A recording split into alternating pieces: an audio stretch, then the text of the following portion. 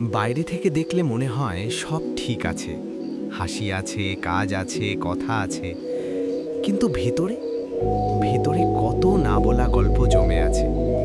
মাসের শেষে হিসাব মেলাতে গিয়ে যে দীর্ঘশ্বাসটা বের হয় সেটা কেউ শোনে না। নিজের ইচ্ছেগুলোকে আলমারির ভেতর তুলে রেখে বলি একদিন হবে, কিন্তু সেই একদিনটা কবে আসবে আমরা নিজেরাও জানি না। যাকে খুব নিজের ভেবেছিলাম সে একদিন দূরে চলে যায়। সম্পর্ক ভাঙার শব্দ হয় না, কিন্তু বুকের ভেতর একটা নীরব ভাঙন চলতেই থাকে। পরিবারে থেকেও কখনো কখনো এমন একা লাগে যেন চারপাশে মানুষ আছে কিন্তু পাশে কেউ নেই। রাতে সবাই ঘুমিয়ে গেলে আমরা চুপচাপ ফোনের স্ক্রিন বন্ধ করে ছাদের দিকে তাকিয়ে থাকি। মনে প্রশ্ন আসে, আমি কি সত্যিই যথেষ্ট? আমি এত চেষ্টা করছি, কেউ কি সেটা দেখে?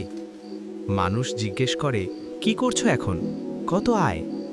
ওরা আসলে জানতে চায় না তুমি কেমন আছো, ওরা বুঝতে চায় তোমাকে কতটুকু সম্মান করবে। তখন বুঝি এই পৃথিবীতে মানুষের মূল্য অনেক সময় তার মনের চেয়ে পকেট দিয়ে মাপা হয়।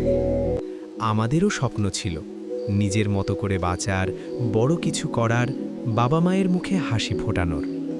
কিন্তু বাস্তবতা মাঝে মাঝে স্বপ্নের চেয়ে শক্ত হয়ে দাঁড়ায়। আমরা স্বপ্নকে থামিয়ে দায়িত্বকে এগিয়ে দিই। শরীর ক্লান্ত হয়, কিন্তু তার চেয়েও বেশি ক্লান্ত হয় মন।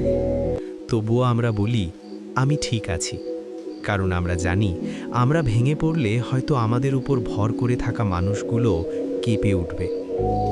এই পৃথিবীতে প্রায় সবাই নীরবে লড়ছে, কেউ অর্থের জন্য, কেউ সম্পর্কের জন্য, কেউ নিজের পরিচয়ের জন্য।